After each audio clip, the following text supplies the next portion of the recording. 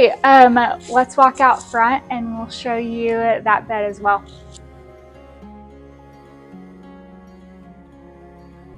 So this front bed is the first thing I ever saw of Bob Schroeder's garden. And I think it had, impatiens, and they were just, I could not believe the color. Yeah, I love it out here because of, again, multiple layers, different colors, textures, and you know, the history of this term we hear sometimes, foundation plantings.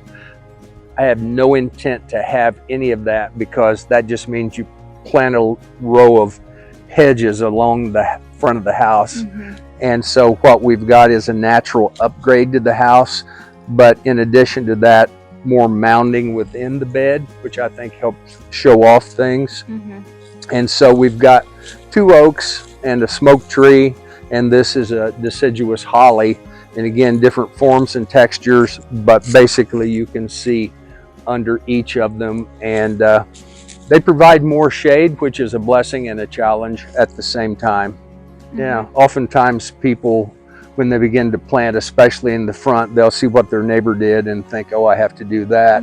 And on our particular street, things are a lot better, but the curve is a very flowing line, and again, there's a little elevation to the bed. It feels natural, and one of the ways I like to keep it more natural is to not use man-made products where you don't have to. So there is no edging here.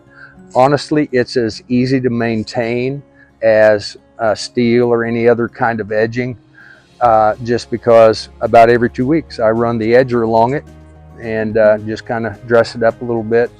And one of the things that helps define the edge, I think, is the organic look of the top dressing. I do too. And that mulch really does help.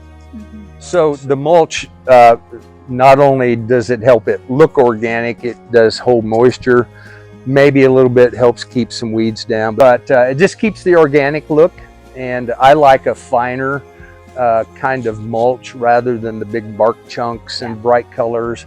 This looks like you poured your coffee grounds out, so it feels natural. Yeah, it's pretty. One thing that I always tell customers to do is to put an annual spot next to the door. I just think it's very inviting.